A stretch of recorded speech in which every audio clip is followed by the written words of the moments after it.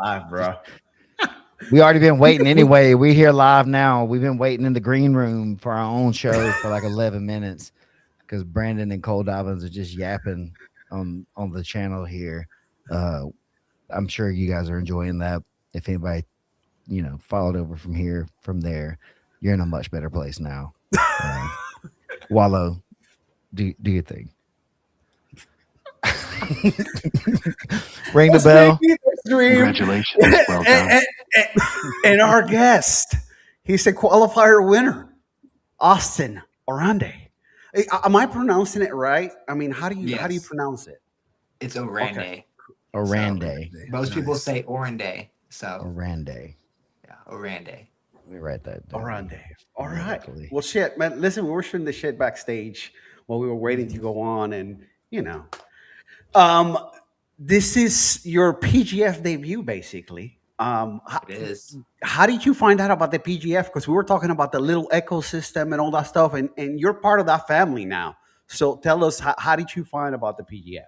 Man, I've seen it. It kind of popped off to be a bigger thing around I think season 3 to like season 5 and 6. And I always watch clips or highlights. I think I watched season 4 was my first season to fully watch, and then other seasons catch clips on and off. I think I watched all of season 7 and 8.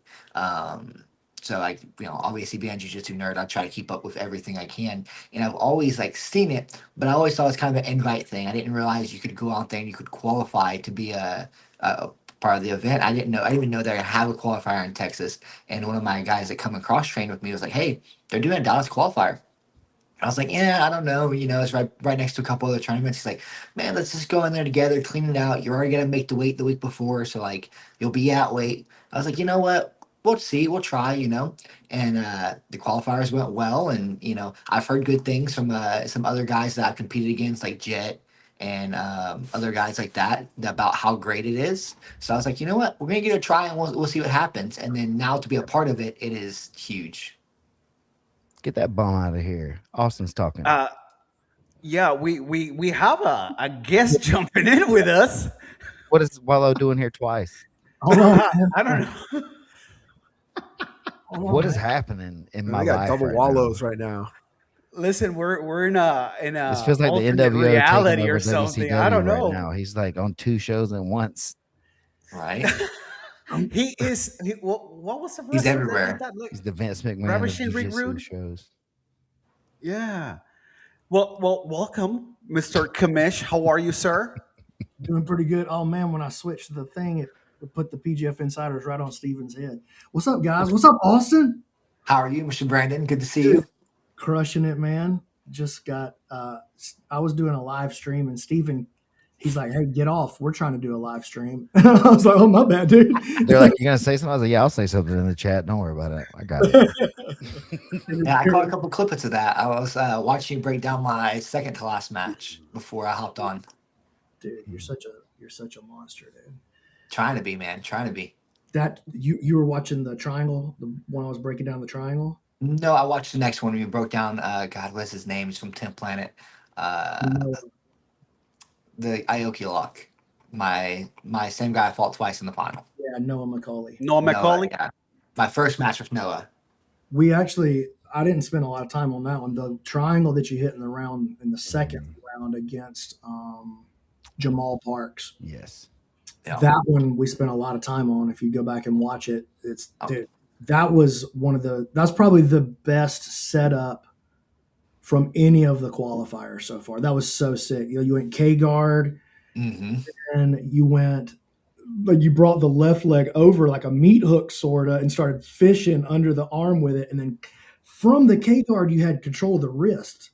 Yep. So it's one of my favorite setups. Yeah, you were underhooking the leg and controlling the wrist. I was like, oh my God, that's so sick. And then you just nailed it. Yeah, it looked like you'd done it a million times. It was so sick, dude. And the beautiful part is if they don't let you control the wrist and start posting on your chest, you're going to go into their legs. So it's like a lose-lose situation. Yeah, so you always go to underhook the leg and then take the wrist from that under. If you feel them posting on your chest, you're going to get to their leg because their elbow and knee connection is far away. But then if you see them, a lot of times they pull their elbow back because they don't want you to enter the leg. So they start to push on your knee, or they'll underhook your K guard and throw your hips forward when you open. You do go for the legs. So after dealing with that problem a bajillion times, I started controlling the wrist, and then it's Kimuras and triangles and that whole rubber guard thing. Man, that's nice. You play a lot of rubber guard? I have a lot. I was really interested, being a homeschooled kid that did jujitsu. One of my essays was over the Eddie Bravo Rubber Guard Master Book. It's like, wait. You wrote an essay? I wrote an essay on it about how Eddie Bravo revolutionized. Sign him up. The rubber guard. Need that. We need that. We need a copy of that. I don't think it exists anymore. That's the thing. I think it all went bye-bye in a move somewhere. But that was a thing, and so, that's rubber guard's been a big part of my game. It kind of left my game after I grew up to not be a kid anymore. And then once I made it like purple belt, I was like, man, no one does this. Let's go back to it, revisit the well, and it started working, and I haven't lost it. Man, that is so sick, dude. Matter of fact, my first submission at black belt was a rubber guard triangle. No way. Look at this. Against Miha Pereira, the Keenan Cornelius guy. Oh, I saw that actually when I was looking out. I think is his name. Mm-hmm. Yeah, I saw that. Yeah, Miha something. I thought it was Pereira, but I don't know. Pahovic. Pahovic, something like that. Pahovic, something like that. Show the book. Show the book. Oh, he's got it. I just looked over here to get his last name. Miggy likes to read. Yeah. At least he buys books. He buys books. We'll say that. Austin strangled that dude that you bought a book from. So write a book, Austin. Right. That's probably why it says rubber guard doesn't work in one of the chapters. Okay, it makes sense. But like in that video, it wasn't really like a true rubber guard. It was really just like a high close guard. And then, but you did use the meat hook kind of like thing in there. We didn't like loop around the leg, right? But you kind of still had the shoulder pec kind of. It wasn't the same triangle for sure. It was more of I think it started from like a rubber guard control into a high guard or dead orchard, and then went to a triangle. You were in the K, that whole like wrist thing that Brandon was talking about. It was really interesting. I was watching the breakdown too. I went back to the match that Brandon was breaking down earlier. Yes. You kind of had that same play developing this time, and I thought that was pretty cool. Dude, it was so sick. It was the best setup that we've seen in the qualifier so far. I was excited because I really wanted to get a choke because so many people know me as a leg locker that going out there and getting a strangle was kind of the big priority. Was like, hey, show guys I can do more than just leg lock people. He was looking for about 6, bro. Say chokes are a premium for the PGF for sure. So being able to get that, it will help you a lot more than I think people realize. It takes twice as many breaks to get the save. Yeah, absolutely. Twice as much work. Yeah, that's right. That's really cool. I didn't realize that you were much of an extensive rubber guard player. I call my system the chubber guard. It's for guys that are plus 200. It's very rubber guard esque, but if you're under 200, you probably do some other shit. It's probably cooler. But if you're over 200, I got the chubber guard for you. Yeah, regular rubber guards for the guys that call Gumby like myself. Not too many great heavyweights. I'm not even gonna try it. And me, I got these little short legs, but I could throw them wherever I want. I just them around, dude. Hey, so. You're obviously on the Phenoms radar. Where do you feel you fit in better? I mean, you've seen where the other guys are. Twister's got Elijah and Kevin Buring. Then the Phenoms got Coco and Rayfield. The Kings. I'm sorry, Cockle. Say his name. Bad. Say his name. Cockle.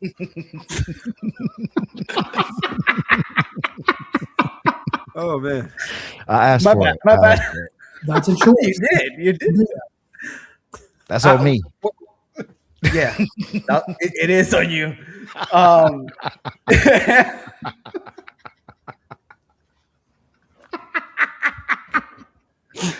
Where do you see yourself? I mean, where would you like to go? I mean, from the teams that are available.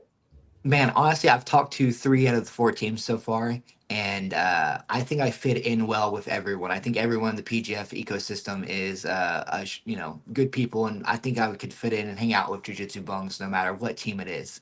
I think just the ones I've spent the most time with, the Kings, we kind of have the same vision when it comes to like the morals outside. They're a very Christian family. I got up and went to church today, so I think I fit very well there. But honestly, it's whoever wants to draft me first, right? My goal is the number one draft pick. I think I showed a good standing out there in the qualifiers. I think I have a lot more experience than a lot of guys when it comes to competing a lot of matches. I have over 250 at black belt, so it's more just whoever wants to, to get that number one draft pick. Who's willing to, you know, pick the premium. So I think I can fit in with any of the teams, honestly. Getting to know all the coaches and everyone that's there, I think I would fit quite well on any team that there is. So don't really have a bias to any one of them. Actually, getting to know all of them has made this job so much harder. Like I don't, in the beginning, get to know the Kings. I was like, man, these guys are awesome. And now I realize like all the teams are awesome. They're all, pretty good people and good guys. I think the strongest team so far, though, is probably Jet and Cam. I think they make a good duo because one's very heavy on top, good pressure player, is hard to score against, and you have Jet out there putting up a ton of points, every season. So I think right now that's the strongest duo of the two that's pre-drafted. But honestly, that's all preseason talk. We know when the season gets out there, there's a lot of guys that we expect highly of. They'll go out there and they'll bomb it. And then there's some guys you just come out of the woodworks that you have no idea who they are, and then they're just they're out there scoring 20 plus points. So we'll see. So here's a question that and so I'll say this, like obviously on either one of these you would be doing your best for the team and for everything. Or would you rather be on a team with two of the best guys that you think are the best team, or would you rather be on a team to be able to beat those guys?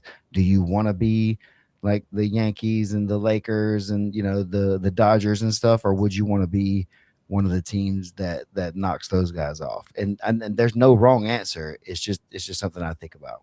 Well, when I think about that, I think you're asking me, do I want $5,000 or not? I don't think one guy can carry the whole team. So when you're scoring points, I want the $5,000. So being on a strong team. But if we're being honest, though, like I said, you look at. I said that I think the two strongest guys, the two most well balanced team right now, is Cam and Jet. But honestly, Elijah can go out there and strangle 6 people in a row. You know. The Phenoms, they have 2 really strong competitors as well. Cockle is no scrub. So like you watch the guys and like any one of these guys could have a good day and totally separate their team from the rest. So I think any team I end up on and I get put on, I'm gonna score a lot of points. So it's a good benefit to the team. Either way we go, whoever wants me, for lack of a better term, whoever pays the highest dollar is going to get me. And, from my understanding, I don't think I get to pick a team. Even if I get offered from 4 different offers, it's the highest bidder. So I don't have a choice on really what team I end up on. So I'm excited just to go out there and show out and have my best performance no matter what team it is. Yeah, I mean, that's the way it's going to work out this season. Starting next season, though, I think you'll be able to sign outside of the draft ahead of time with these teams, because we're looking to establish continuity. Like, absolutely, I want you to jump on a team and be with that team on a 3 to 5 year term. So you got recurring face, building culture, building character. You know what I mean? Building a local fan base. So that's kind of the idea. You any rumblings? I've heard some rumblings of a Dallas team. Have you heard anything like that? I have not heard rumblings of a Dallas team. I've heard rumblings of another team that starts with D, though. Oh, what? Detroit? No, Denver, right? Oh, Colorado. Well, look, I'll go ahead and let y'all know. Like, we'll just go ahead and say it.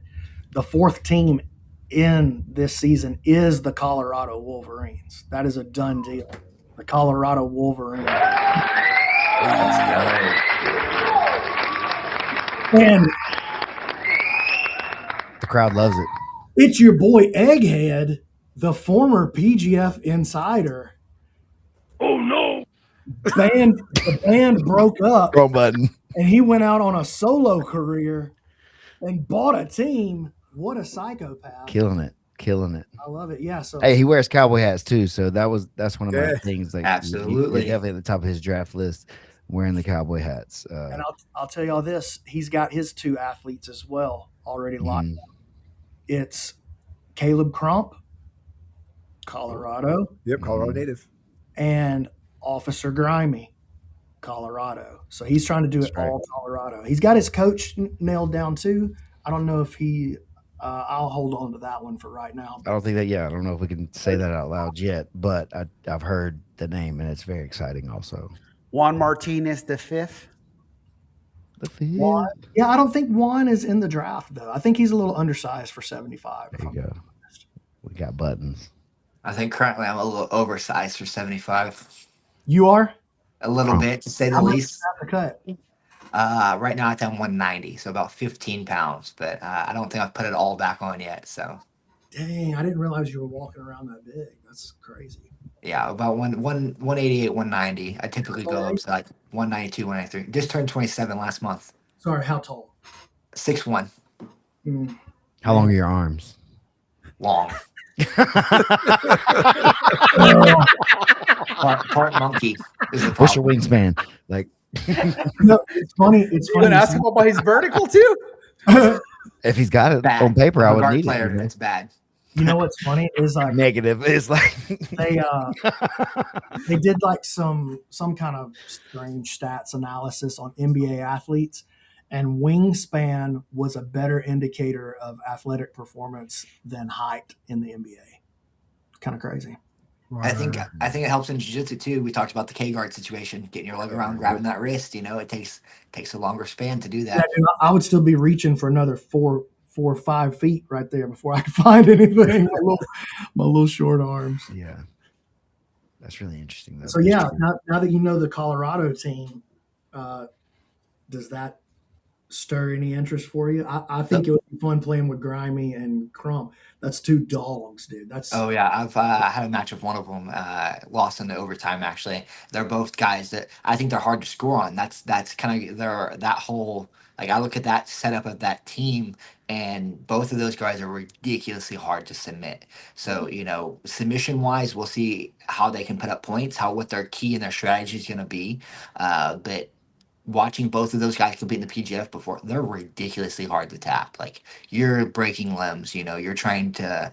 You have to take it home with you to get anything. They're not tapping to halfway locked anything. So Who did you lose it's to? an interesting team setup. And the thing is, I've had that. I've kind of had the insider information for about 4 or 5 days now. So Yeah, I figured. Who did you lose to, and what was the rule set, and when? I forget which one. It was the one that has the longer hair. Wilson. Yeah. So it was a CSC in the first. He spent 4. It was a 6-minute round. He spent 5 of the 6 minutes in my leg locks, just eating them. I believe you. Yeah, I had saddle, had double trouble, and just ate them. And like, I think fucked up both his legs. And then the overtime rules was first to the takedown. And He's a good player. so it's in a cage. He puts me against the cage. I start selling out on like a switch, and then he jumps on my back, and he has to put me down to win, but instead he just chokes my face. So yeah, wrestling was not my strong suit back then, and then that was it was about a year and a half ago, I think, and ever since then I think I've only wrestled in the gym. So Mm. Cage is different too. it makes it a little different, but still, it just showed that I need to wrestle more. Well, No, I think people underestimate how different that is when you're fighting up against a cage wall or things like that pretty consistently.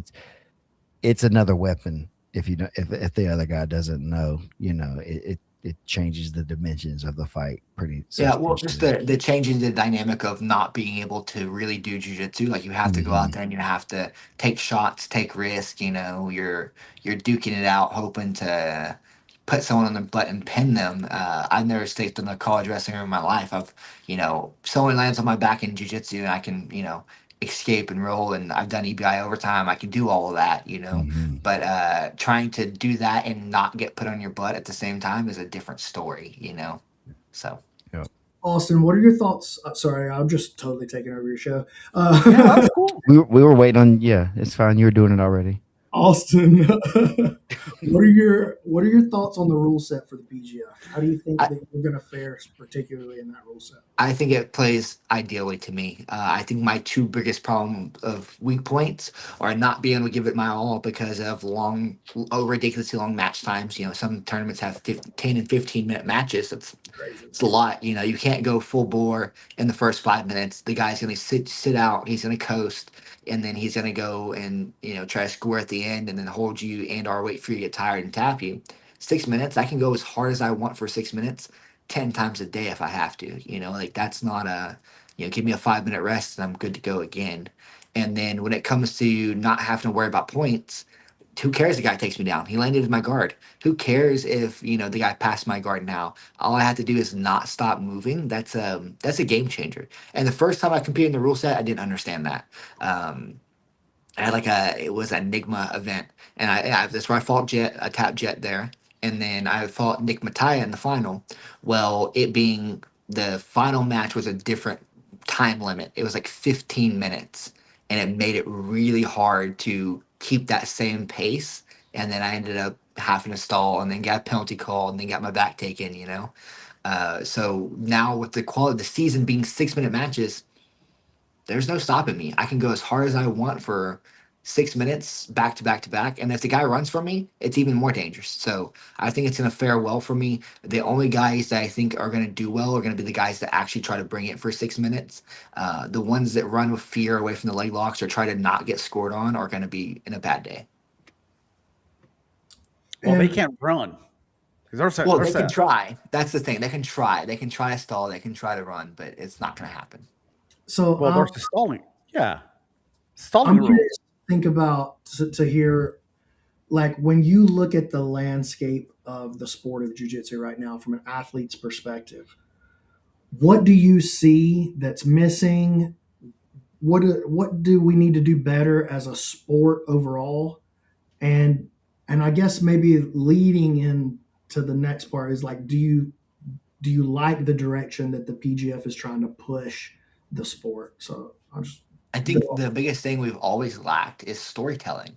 I think the most compelling matches in the world have been storytelling, right? Like, look at what the UFC's done. Look at what any good organization's done. It tells a story, right? The WWE is all it is. It's, fake storytelling. And I think that's where we get jiu-jitsu to be the next thing. And we have exciting guys in jiu-jitsu.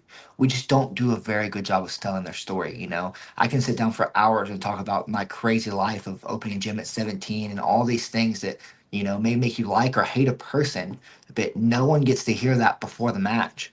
And, the stakes aren't high enough for you to be like, oh man, that $200 is going to change that kid's life. That's not.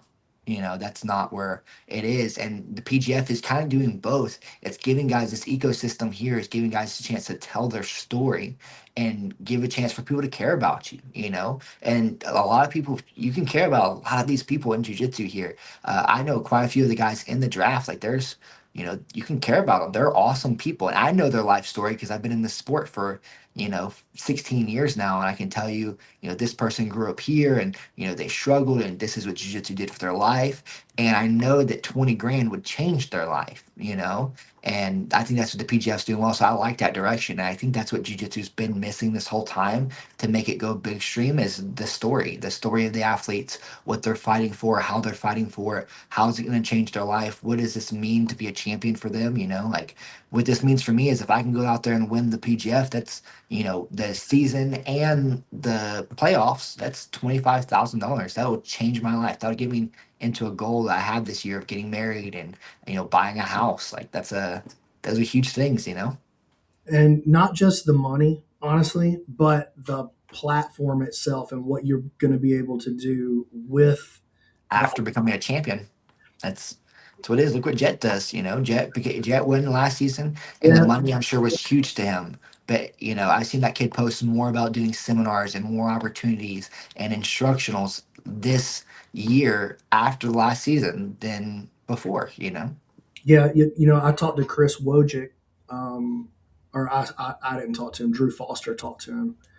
Him and Drew are pretty good friends, and they were talking about that. Chris said he sold more instructionals and booked more seminars off of his time on the PGF than all of his other things that he's ever done combined. And I think that's super interesting, man. That's super interesting. I think another thing the PGF does well as a season, it's one thing to get behind an athlete in a 1 or 2 day tournament.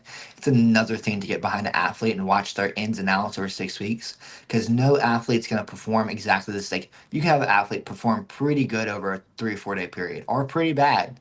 And then you're getting behind them over that. Over 6 weeks, you're now having to get behind the athlete during their good weeks and their bad weeks. Getting to see what they look like when they win and when they lose. Because over 15 matches, very few of them win every match. I think in the PGF, we've had only 2 guys do that Um, that so haven't got submitted. They won their matches or they drawed. so it depends on how far back you want to take the historical record. If you go all the way back to season 1, Elijah submitted everybody in season 1. Mm. There's a different, it was a different level back then too, but he got, counting the playoffs, I think he got 24 matches and 24 submissions. Wow. Season 2, Hunter Colvin, I believe, went 17-0, I think is what it was, counting the playoffs. Mm-hmm. I could be wrong on that. We could check pgf.world for the exact stats. Miggy, jump on it. Gotcha, brother. We'll lie about what they are anyway and just go with that. Young Miggy. And then season 3, Elijah went undefeated during the regular season, but he pulled out and didn't do the playoff. Whack. Season 4, nobody went undefeated, not even close. Season 5, that was Elijah. He went undefeated in season 5. Season 6 was Andy Varela. Nobody beat him in season 6. Season 7 was Ryan Aiken. Yep, Ryan Aiken went on a tear. And then last season was Jet. And again. So I think I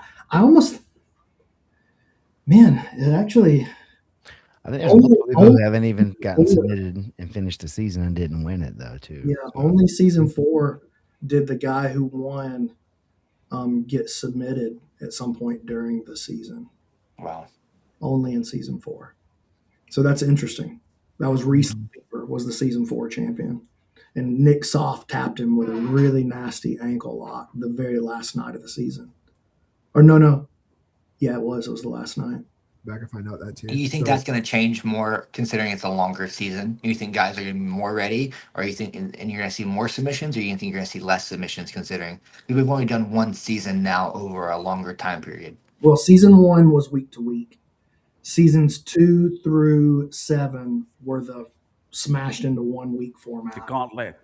But yeah, season 1 and season 8, and now moving forward, it's going to always be week to week like this. I don't know. What do you think? What do you guys think? Wallow? I think you're going to see a 50-50 match. I think some guys will do better over time with it. I think you have time to rest in between, and you have some guys bring like the tougher guys that take damage to get out of submissions and not tap. Like I think over a week period they get worn down. I think week to week you'll see Cam, the two guy from Denver they're competing. I think they'll do better over a season because it's longer. They have more time to recover to take that damage again, and then I think as well as you have this deadly submission artist that's tired after competing a ton of rounds in 1 week. I think they're just going to be fresh and ready to go for their first 1 and 2 rounds, and then they might struggle on the 3rd round, but that's it. So order might matter. That 3rd fight of the night might be the only one that really matters. That changes where the guy's tired. I think you're going to see more fresh guys going at it every day or every week. That is sort of what it felt like this last season. But also, I think people get weary in a different way. I think it's easier to get mentally weary over a long season.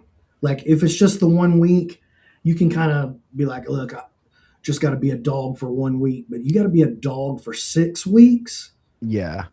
And that's where I think I might disagree with you there, Austin, about guys being able to recharge and recover a little bit week to week. I think that grind actually sets in a lot harder.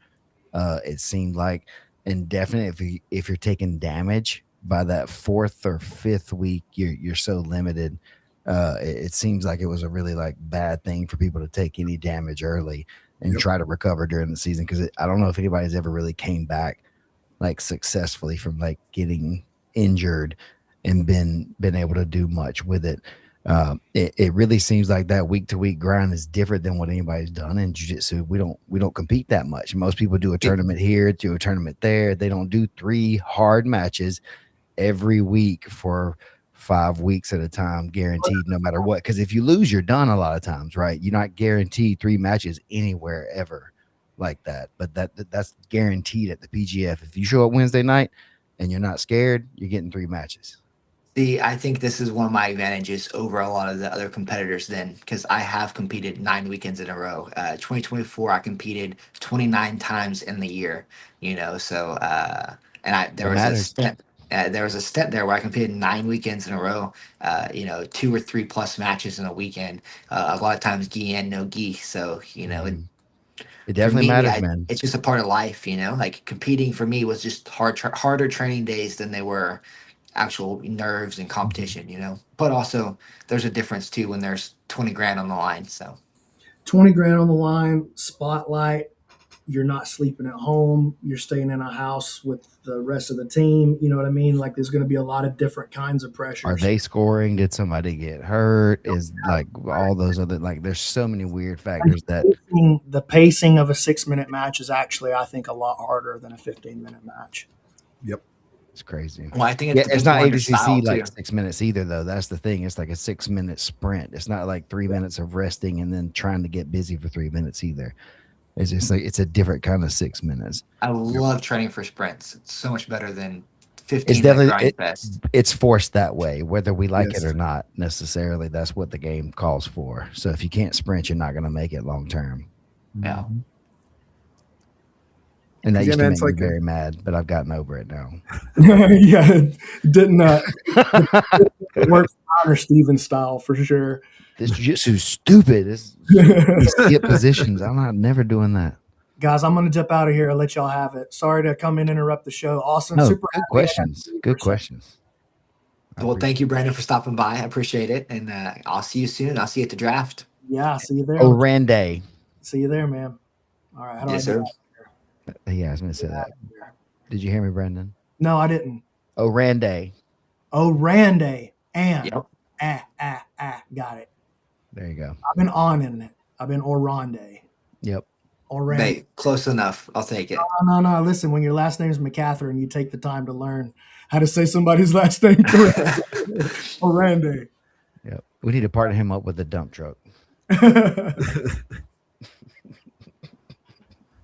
All right, so Randy and Oranday. Are we ready to open up that Phenom's cash book? Checkbook. I told you guys when we started that he was definitely higher up on the draft board for our team. But I think that's the case for everybody's team. Obviously, he's talked about his record. It's out there. You can look it up. Everybody's doing that. All the teams are smart. All the GMs are looking up stuff. All the coaches, they're interviewing these guys. Like he said, he's had interviews with everyone pretty much. So it's known. He's a known commodity, amongst the guys in the draft. There's other guys out there that are very good,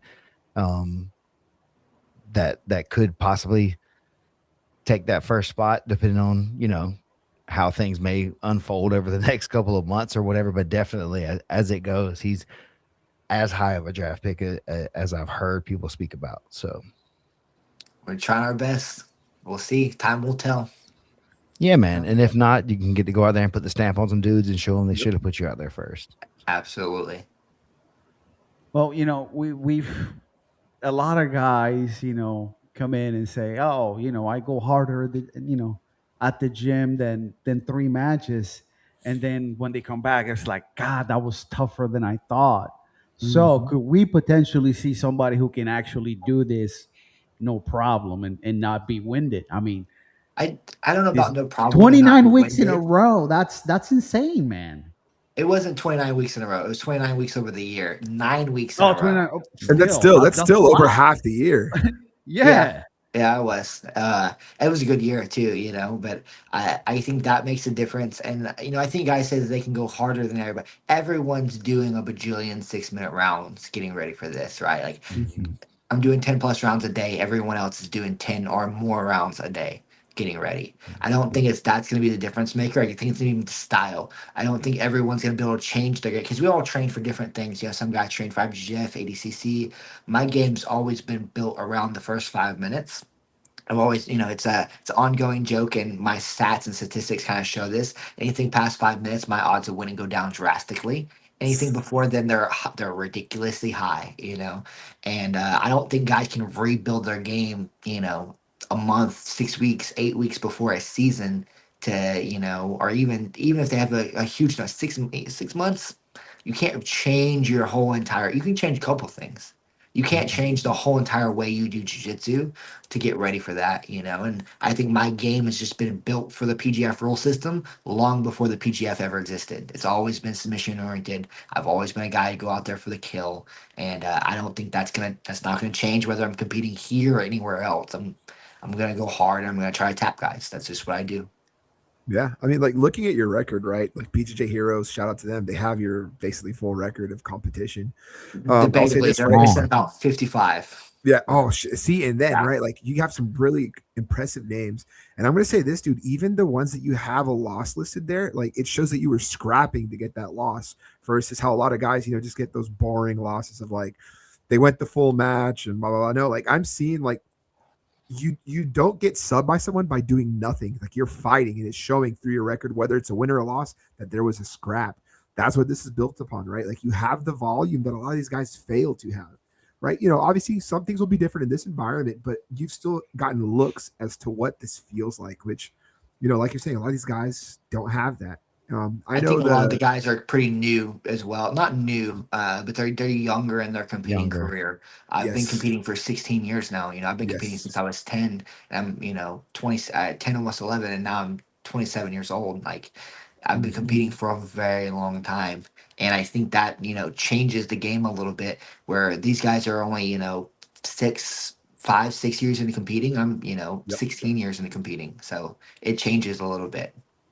How do you feel it's going to be going and having to be in Vegas for the 6 weeks for your school and for things like that? Have you already kind of built in the contingencies there? I know So you I've guys have a actually family plan, kind of, but Yeah, I've actually talked to several of the teams. I will be a guy commuting some. I will be commuting, back to kind of re-steer the ship, because I can't. I can do a lot for the gym from afar, but I still have to, touch base and make sure that I Mhm. can. It's a business at the end of the day. It needs your time, your care, and your attention.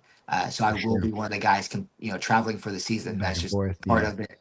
It's going to be a back and forth every week, and then we've talked. I talked to all the teams. There could be potential for some long weekends in there and some training weeks where Mhm. I leave and then I come back on the weekend where I come back Friday, Saturday, Couple days Sunday, before, yeah. stay, train a little bit, and then the next week it'll be in and out, and the following weeks after. So maybe a couple long weeks in there, but not anything crazy. Definitely gonna have to travel a lot. So, but once again, I'm used to it. When I competed 9 weekends in a row, it was one of the weekends was going to London and Rome to compete. So like Mm, Oh, I did a 12 gotcha. hour flight, took a day rest, and competed the next day, so in a What were you totally competing different in? time zone.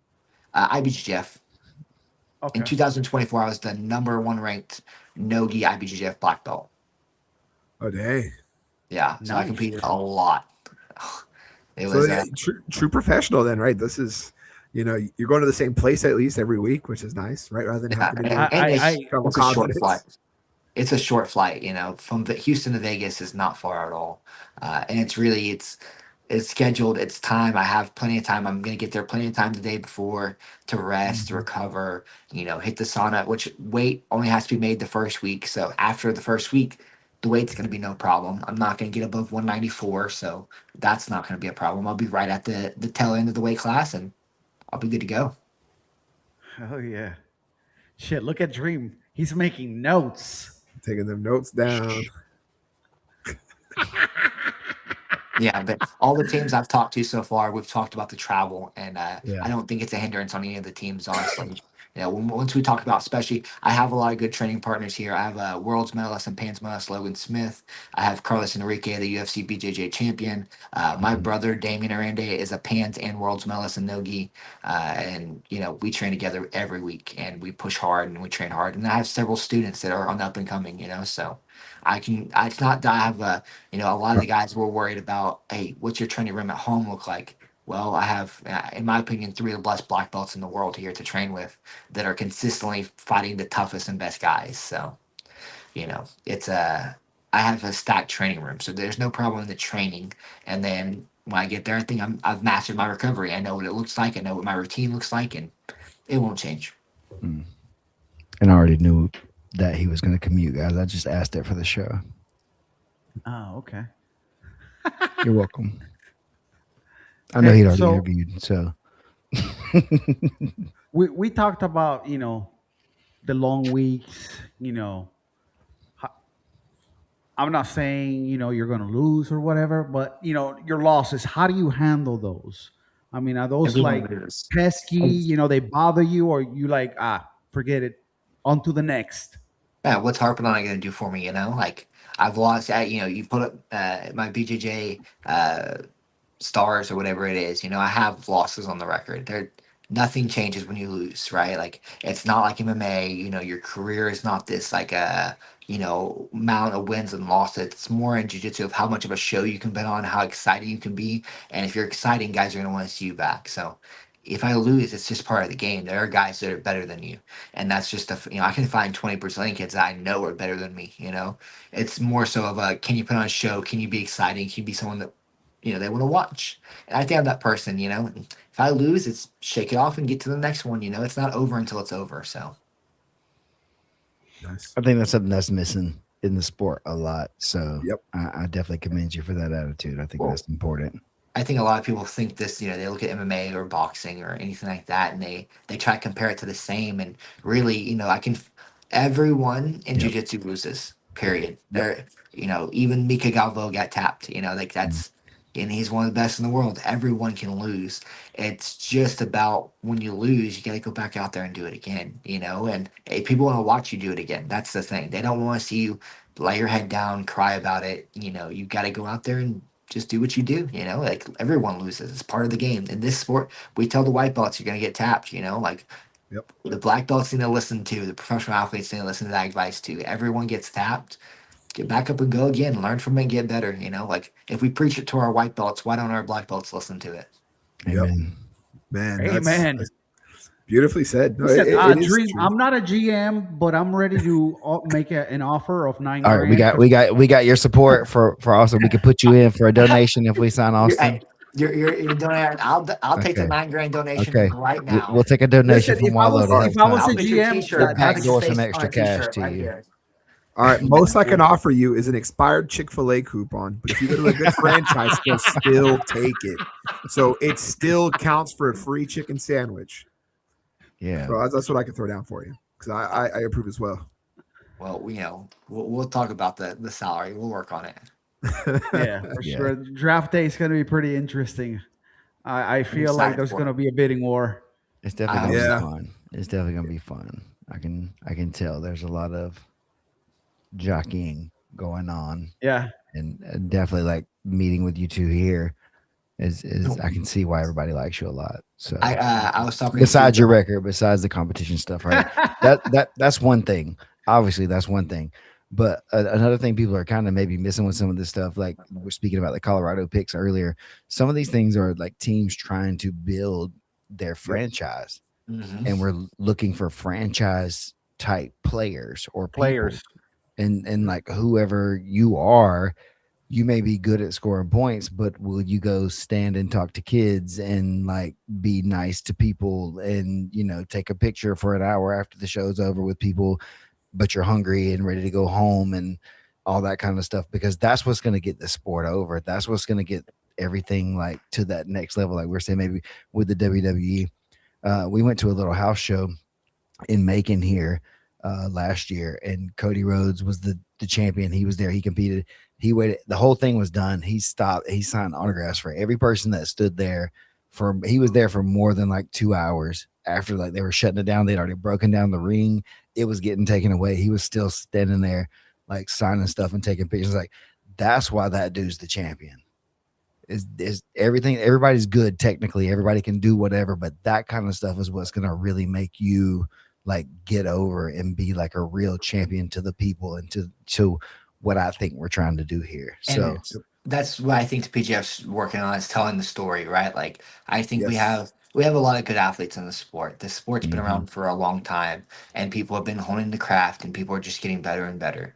But we need to tell the story of why you want to support that guy, why that guy means a lot to you. You know, is he at Mhm. home teaching his local kids class every day? Is he, you know, what's the goal? Like our goal is and you know, we talked about teams earlier, like you know, the Kings, they talk about Kings on and off the mat. For me, my goal is black belts. That's our saying in our gym, black belts on and off the mat, where we Mhm. have, you know, guys out here trying their best to just make an impact and be good people, you know, good people doing good things. And that's the goal. And if I can make that life change happen, then, you know, that's a good life.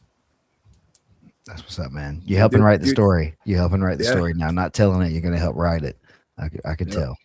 Yeah, man. No, I'm you're hitting excited. nails on the head. This is great stuff for teams to hear, right? Because we had the Kings on before, Kevin and Travis, and that was something they're saying that I think also the other teams resonate with is one, you're really also trying to build up that culture / identity for the team / brand, right? Because the PGF season's only so long. Like, how are you going to sustain that during the off season? Like you mentioned too, man, jujitsu has this weird thing where for some reason people act like you choke some guy out in a tournament, that's the equivalent to dropping Alex Pereira in the first round right after you touch gloves. Jujitsu is not like that, right? We're not these almighty tough guys, but what makes a guy look tough is, like you're saying, how they bounce back from these losses. Right? Like you have people that they freak out if they get submitted in the training room, when in reality, the training room is where you want to get tapped, right? Like that's the place where it's better to get tapped than in the competition mat.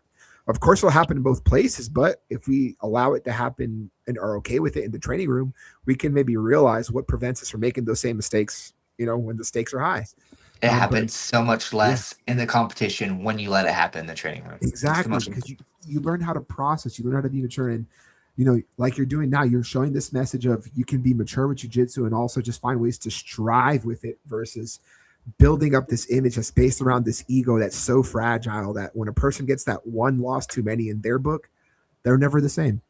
But if you yeah. can bounce back from these moments, whether the highs or the lows, and continue to kick butt, you can go far with it. And again, you could become a franchise player one day, man. Like, that's just So like, awesome. It's attitude. so Austin, I did season 2 of the PGF, and that we pre-recorded the whole thing. And so we did the week, but it was all pre-recorded. And so I knew what happened, right? But we were all back home for several weeks, and it was coming out like 2 or 3 matches at a time. I can't remember. It wasn't even exactly how we did it. So like the order was off. So like there were some days I had good days, but they cut like my match off. One of my third match was a good match. They cut it off. So like one day was really bad. And then like I had a good match and an okay match. But like I had to like sell it to people to come to this watch party we were having. And I lost matches. Like I got choked by Hunter Colvin, Elijah like heel hooked me in like 13 seconds because we were talking too much shit and I wasn't playing it for real enough, and he tricked the hell out of me. And I think that's the only 2 submissions I had during the ring. And then Matt Elkins, the Twisters owner, got me in a guillotine in the last match of the season or whatever. But people were coming to a house to watch this every week that we had, I was like, yeah, hey. And so I was selling it every week. Like, I don't know who's going to win. Ha ha ha. Knowing which nights I was going to have to go in there and be like, ha, I lost, I think that's just like, that's part of it. And during our season though, you could see guys, they'd really be promoting it for this night. And it was like, oh, this is a night that he won. But then they'd go silent for the next like 2 weeks or whatever because it's like, oh, because they didn't have any good matches or whatever. And it's like, no, you gotta put it out there both ways. When you get dunked on, you got to go out here and show this is part of the game. Sometimes you are, you're part of the poster for somebody else, unfortunately. But that's the game that we're playing. It just is what it is. Yeah. So that's the way I think about it. Yeah, absolutely. I'm excited. One of the things I'm excited for is that I think my team every Wednesday night is going to put up a TV and be watching. Yeah, man. So, Nice. It's cool. It's a fun part of the thing, and if you can't take that, then you're just gonna miss out on a lot. Not Agreed. being able to handle it. So Agreed. that's 100%. really, really cool. What Listen, is before we go, How hard before was it for you to let it release over a couple weeks and It then was tough. watch it back? It was really tough, especially with the couple matches like that I lost. Like losing to Hunter, it wasn't that bad because it felt like it was still an okay match, and he kind of buzzsawed through everybody. The one with Elijah felt bad because it was fast, but then I was also just like talking a bunch of trash to him and with him like playing too much and kind of got caught for it. So it's just like that lesson of like stop playing. You're out here trying to be serious, and he game planned it really well. And then the one with Matt, uh, it was not so bad, but he had been injured in the season, like his knee, and so he kind of sat down and pulled guard, which was weird because he's a wrestler. Yeah. And so I just kind of went down to put hands on him to start passing, and he just like snatched up a guillotine on me that I could not get my head, like I could not pry the jaws of life off of it or whatever. And so that was frustrating because I really thought I was going to beat him that last one. So that one was tough in and of itself. So like, like I said, it wasn't too bad except for the one where I kind of caused it for myself and walked into it directly. That was the most like frustrating one. For sure. Because then you're trying to teach people, right? And it's like, hey, this is why you don't, this is what I've told you guys so many times about playing around, not being serious. Yeah. This and then also the that. anticipation of waiting to tell everybody how it went. I feel that the UFC BJJ was like that. Yeah. And the person I could talk to was Carlos. He was there as well. But everybody else sees you limping, and like I broke a bone, so like everybody sees you like limping and whatever, and it's like you're sitting there going, yeah, it was a cool experience, and it was a great experience, but not no, be able and to tell it did people how that season 2. sucks. It changed my life for sure. Like it got me into season 3. I came back, started doing the announcing then, and we just kind of rode the wave since that point. Just kind of, and I do see it a lot like professional wrestling in a way, like the show part of it. I grew up with that. That was a big influence on me as a kid. So that being able to be part of the show. This feels like pro wrestling to me. This is what that is to me. We are professional grapplers, professional wrestlers. This is the thing that I wanted to always do. So I'm excited every time I get a chance. That's awesome. Before we go, Steven, what's the best advice that you could give Austin as far for the season? Man, it seems like he's at least been thinking through most of the stuff there. And I said it earlier, and that would be the thing, is just protect yourself. And in some of those situations, you may need to give up a tap sometimes that you would normally not give up in other situations because you could risk, that little bit of injury. But I really think that over the course of the season, we saw people really start like dropping off hard once those injuries kind of compounded and they weren't able to really recover, from that ankle pop or that shoulder like thing or whatever it was. So I would recommend definitely like, protecting yourself, which means maybe having to take like a quick tap sometimes just to make sure, you don't further, hurt the team for the rest of the season. Taking one L isn't the end of the season, That's right. That's exactly what we were talking about earlier. Hey, I got to give this one up. Hey, I'm going to get this dude in the playoffs. That was my perspective about this stuff too. Is like, hey, I'm going to make the playoffs. And so I'm going to get back and I'm going to get the guy in the playoffs if anybody beat me. Wasn't the case, but that's just the mentality that I had about it in that way too. Is like, I'll lose this one. We'll get the next one. And I think that's what's missing in a lot of jiu-jitsu or martial arts like things. Cause everybody says, like you said, it's the prize fighting model is what's wrong. It's like, you got to be 30-0. You got to be undefeated. You got to be all these kind of things. Or people think you're not that good because we've been lied to by the boxing and the whatever stuff where they built these guys up, giving them these like inflated records that aren't really tested. Within in jiu-jitsu, you get tested a lot. Absolutely. And so nobody's got that clean record, or either they're not being tested. Agreed. And it's part of the game. And hey, I appreciate the advice. I'm going to take that to heart, and I'm excited. It's going to be a good season. For sure, man. I'm excited to have you. Listen, before we go, why don't you, give a shout out to any sponsors, your team, anybody you want to shout out? Thank you to my team, right? Oranday Bros Jiu-Jitsu here in Lumberton, Texas. We also have a Port Neches location. Thank you to my family for all the support, the love. You know, I have a family of black belts. My mom, my brother, my sister, my stepdad, my brother-in-law, my fiance.